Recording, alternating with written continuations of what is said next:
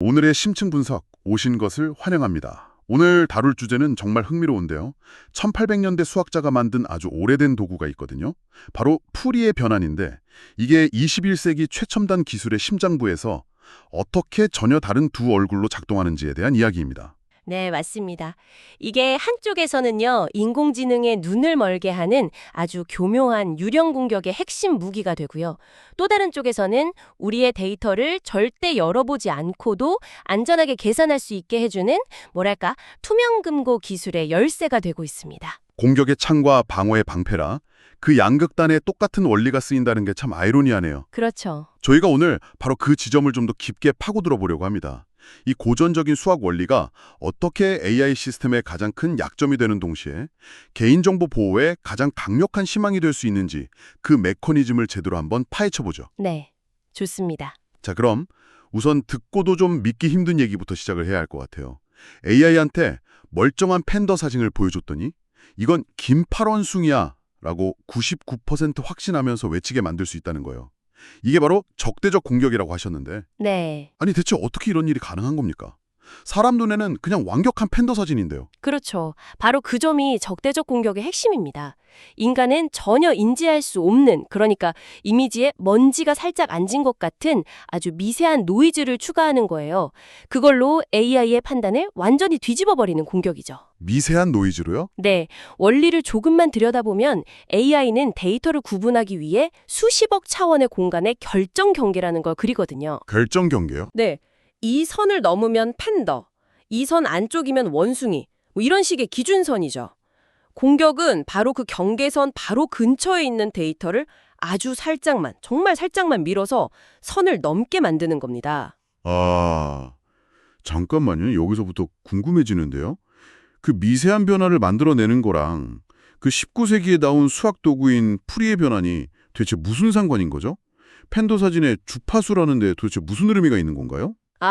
아주 좋은 질문입니다.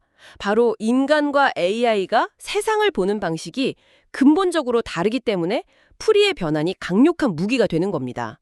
보는 방식이 다르다. 네. 풀이의 변화는 이미지를 일종의 스펙트럼으로 분해하는 도구잖아요. 이미지의 전반적인 큰 형태나 색감 같은 건 저주파 성분이고요.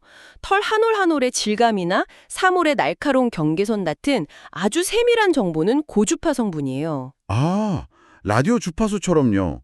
낮은 주파수는 멀리 가고 높은 주파수는 정보가 많지만 금방 사라지는 것처럼. 정확한 비유입니다. 여기서 중요한 게 뭐냐면 인간의 시각 시스템은 저주파 정보에 훨씬 더 의존한다는 거예요.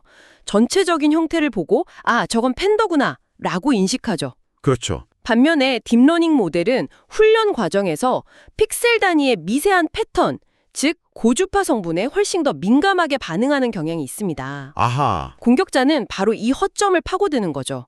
고주파 영역에만 노이즈를 집중적으로 추가하면 우리 눈에는 거의 변화가 없지만 AI의 눈에는 아주 중요하고 의미 있는 패턴이 바뀐 것처럼 보이는 겁니다. 그렇군요. AI가 우리보다 훨씬 더 세밀하게 보려고 하다가 오히려 속아 넘어가는 셈이네요. 그럼 방어하는 입장에서는 알았어. 그럼 고주파 영역에 들어오는 신호는 그냥 무시해버리면 되겠네 라고 생각할 수 있겠네요. 너무 단순한가요? 하하, 실제로 그게 주파수 기반 방어의 기본적인 아이디어 중 하나입니다. 아, 정말요? 네, 입력된 이미지를 풀이에 변환해서 고주파 성분을 필터로 싹 걸러내고 다시 이미지로 복원해서 AI에 넣는 거죠. 의심스러운 노이즈를 원천 차단하겠다는 의도인데 말씀하신 대로 여기엔 함정이 있어요. 어떤 함정이죠? 뭐랄까, 아기 목욕물 버리려다 아기까지 버리는 격이 될 수도 있나요? 바로 그겁니다. 이미지의 날카로운 경계선이나 중요한 질감 같은 정보도 고주파에 포함되어 있거든요. 아, 이걸 무작정 다 걸러내면 이미지가 전체적으로 흐릿해져서 공격은 막았을지 몰라도 평상시의 정상적인 이미지에 대한 정확도가 떨어지는 문제가 생깁니다. 트레이드 오프가 있군요. 보안을 강화하려다 기본적인 성능을 희생하게 되는 맞습니다. 정말 끝없는 창과 방패의 싸움이네요. 그럼 공격자들은 또 가만히 있지 않았겠군요. 어라, 고주파를 막는다고? 그럼 다른 주파수를 공격해야지? 뭐 이런 식으로요? 정확합니다. 방어자가 고주파 필터링이라는 방패를 들자 공격자들은 그 방패를 교묘하게 우회하는 새로운 창을 개발했습니다. 이른바 주파수 도메인 공격이죠. 주파수 도메인 공격? 네. 이제는 고주파가 아니라 인간의 눈이 변화에 둔감한 중간 주파수 대역을 노리거나 아예 저주파 영역을 아주 미세하게 바꿔서 전체적인 인상을 왜곡시키는 공격이 등장했습니다. 심지어 풀이의 변환 말고도 이미지의 특정 위치와 주파수 정보를 동시에 분석할 수 있는 웨이블릿 변환 같은 더 정교한 도구까지 동원해서 방어 시스템이 예측하지 못하는 빈틈을 계속 찾아내고 있습니다. 공격 방법도 점점 더 교활해지는군요. 사실 이런 공격들이 그냥 연구실 수준의 이야기인지 아니면 정말 현실 세계에서 위협이 되는지가 중요할 것 같아요. 실제 사례를 보면 더 와닿을 것 같은데요. 안타깝게도 현실에서의 성공 사례는 이미 꽤 많습니다. 가장 유명한 사례가 2017년 연구인데요. 도로의 정지 표지판에 검은색, 흰색 스티커 몇 개를 붙였어요. 그것만으로 자율주행차가 그걸 속도 제한 45마일 표지판으로 오인하게 만들었습니다. 세상에, 그건 정말 심각한데요. 실제 도로였다면 끔찍한 사고로 이어질 수 있었겠네요. 그렇죠. 또 특수하게 디자인된 패턴이 인쇄된 안경을 쓰는 것만으로 최고 수준의 얼굴 인식 시스템을 완전히 속여서 다른 사람으로 인식시킨 사례도 있고요. 제가 가장 섬뜩하게 느꼈던 건 3D 프린터로 만든 평범한 거북이 모형에 특정 텍스처를 입혔더니 구글의 AI가 그걸 90% 이상의 확신으로 소총이라고 판단한 경우입니다. 거북이를 소총으로요? 네. 공항 검색대 AI나 군사용 AI를 생각하면 정말 아찔한 결과죠. 이런 사례들이 바로 AI의 성능뿐만 아니라 그 AI가 얼마나 외부 공격에 강건하고 안전한지에 대한 연구가 왜 그토록 중요한지를 보여주는 겁니다. 그렇군요. 결국 AI가 우리 삶에 더 깊숙이 들어올수록 이런 보이지 않는 공격에 대한 방어 기술은 선택이 아니라 필수가 되겠네요. 맞습니다. 알겠습니다. 이 무서운 공격 이야기는 잠시 접어두고 이제 완전히 다른 세상으로 가보죠. 이 똑같은 풀이의 변환이 이번에는 우리의 데이터를 보호하는 데 쓰인다는 이야기? 동형암호 기술 말입니다. 데이터를 잠근 채로 계산을 한다는 게 솔직히 처음 들었을 땐 마법처럼 들렸습니다. 실제로 업계에서는 암호학의 성배라고 불릴 만큼 마법에 가까운 기술입니다. 자료에 나온 투명한 장갑 비유도 아주 적절한데요. 저는 투명한 금고라는 비유를 더 좋아합니다. 투명한 금고. 네, 중요한 보석을 금고에 넣은 채로 금고 밖에서 특수 장갑을 끼고 금고 안에 보석을 세공하는 그림을 상상해 보세요. 내용물은 절대 밖으로 나오지 않지만 작업은 가능한 상태, 그게 바로 동형암호입니다. 와. 예를 들어 제 민감한 의료 기록을 암호화해서 클라우드에 올리면 구글이나 아마존 같은 클라우드 제공자는 암호화된 데이터 뭉치만 볼 뿐 절대 내용을 알 수 없지만 그렇죠. 그 상태 그대로 제 암 진단 확률을 계산해 줄 수 있다는 거군요. 정확합니다. 데이터 주권과 프라이버시가 극도로 중요해지는 시대에 게임 체인저가 될 수 있는 기술이죠. 그런데 이 마법 같은 기술에도 엄청난 난관이 하나 있었습니다. 바로 속도 문제였어요. 속도요? 네, 특히 암호화된 데이터끼리 곱셈을 하는 연산이 너무너무 느렸습니다. 곱셈이요? 덧셈, 뺄셈, 나눗셈도 있는데 왜 하필 곱셈이 그렇게 어려운 건가요? 현대 동형암호는 데이터를 아주 긴 다항식, 그러니까 x의 1000제곱, 2000제곱 항들이 길게 이어진 수식으로 바꿔서 처리합니다. 암호화된 데이터 두 개를 곱한다는 건 이 두 개의 거대한 다항식을 곱하는 것과 같아요. 아, 우리가 학창 시절에 간단한 식을 전개하는 건 쉬웠지만 항이 수천 개인 다항식 두 개를 손으로 곱한다고 생각해 보세요. 계산량이 제곱으로 늘어납니다. 컴퓨터 용어로 시간 복잡도가 5n 제곱이 되는 거죠. 데이터가 조금만 커져도 계산에 수십 년이 걸릴 수 있는 수준이었습니다. 그러니까 이 엄청난 계산의 벽을 넘지 못해서 오랫동안 이론으로만 존재했던 거군요. 그런데 바로 이 지점에서 풀이의 변환이 구원투수로 등장하는 거군요. 맞습니다. 여기서 풀이의 변환이 진짜 마법을 부립니다. 수학에 합성곱 정리라는 게 있는데요. 복잡하게 얽혀있는 두 함수의 곱셈을 풀이의 변환으로 주파수 도메인으로 가져가잖아요.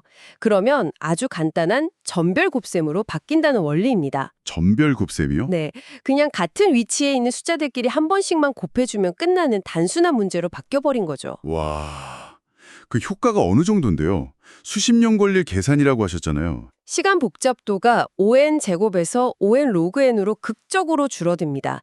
이게 숫자로 잘 와닿지 않으실 텐데 n이 100만이라고 가정하면 n 제곱은 1조지만 n 로그 n은 약 2천만에 불과합니다. 1조 번 할 연산을 2천만 번으로요. 네, 수십 년 걸릴 계산을 며칠 혹은 몇 시간 단위로 끌어내린 그야말로 혁명적인 개선이었죠. 그런데 여기서 한 가지 의문이 듭니다. 아까 AI 공격 얘기할 때 풀이의 변화는 소수점이 있는 복소수를 사용한다고 했잖아요. 그런데 암호는 단 1비트의 오차도 용납하지 않는 완벽한 정수 연산이어야 할 텐데 소수점 계산에서 오는 미세한 오차는 어떻게 해결하나요? 암호가 거의 맞다는 건 말이 안 되잖아요. 정말 예리한 지적이십니다. 바로 그 문제 때문에 암호학자들은 일반 풀이의 변환을 그대로 쓰지 않고 암호학을 위해 특별히 개조한 엔티티라는 것을 사용합니다. 엔티티요. 넘버 티오메스틱 트랜스폼, 정수론 변환이라는 건데요. 엔티티는 소수점이나 복소수 대신 나머지만 사용하는 유한체라는 특별한 수학적 공간 위에서 모든 계산이 정수로만 이루어지도록 설계된 풀이의 변환입니다. 오차가 전혀 없죠. 이 엔티티의 발명과 최적화가 없었다면 오늘날 우리가 이야기하는 실용적인 동영암호는 사실상 불가능했을 겁니다. 그렇군요. 결국 AI를 공격할 때는 풀이의 변환의 근사적인 특성을 이용하고 데이터를 보호할 때는 오차를 없앤 완벽한 버전의 풀이의 변환을 사용하는 셈이네요. 정확합니다. 마이크로소프트, IBM, 구글 같은 빅테크 기업들이 이 기술에 막대한 투자를 하고 있다는 건 이제 정말 상용화가 눈앞에 다가왔던 신호로 봐도 될까요? 네, 그렇게 볼 수 있습니다. 이미 금융, 의료 분야에서 민감 데이터를 공동으로 분석하는 프로젝트에 시범적으로 적용되고 있고요. 앞으로는 클라우드 기반 AI 서비스나 맞춤형 광고처럼 프라이버시와 데이터 활용이 충돌하는 거의 모든 영역에서 핵심 기술로 자리 잡을 가능성이 아주 높습니다. 자, 오늘 정말 흥미로운 여정이었습니다.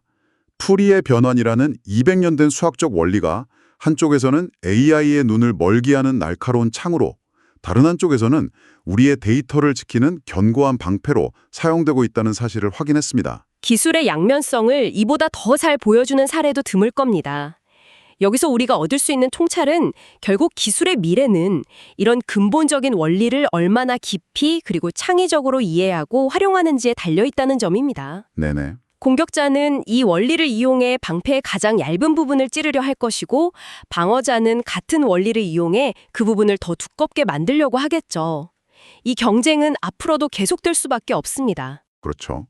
특히 두 분야의 교차점이 흥미로운데요. AI 공격을 막기 위해 데이터를 암호화해서 훈련시키는 연구도 진행되고 있다고 들었습니다. 결국 창과 방패가 서로를 발전시키는 셈이네요. 맞습니다. 더 나아가 우리가 오늘 나눈 이야기는 신뢰의 문제입니다. 우리는 과연 AI의 판단을 얼마나 믿을 수 있는가, 그리고 우리의 데이터를 맡긴 클라우드 서비스를 얼마나 신뢰할 수 있는가. 풀이의 변화는 이 두 가지 거대한 신뢰의 문제에 모두 깊숙이 관여하고 있는 거죠. 오늘 심층 분석을 마무리하며 청취자 여러분께 생각해 볼 만한 질문 하나를 던지고 싶습니다. 오늘 우리가 살펴본 풀이의 변환처럼 지금은 그저 오래된 교과서 속 이론이라고만 여겨지는 다른 수학적, 과학적 원리들 중에 먼 훗날 인류의 기술을 완전히 뒤엎거나 혹은 가장 안전하게 지켜낼 다음 핵심 열쇠가 될 후보는 또 무엇이 있을까요?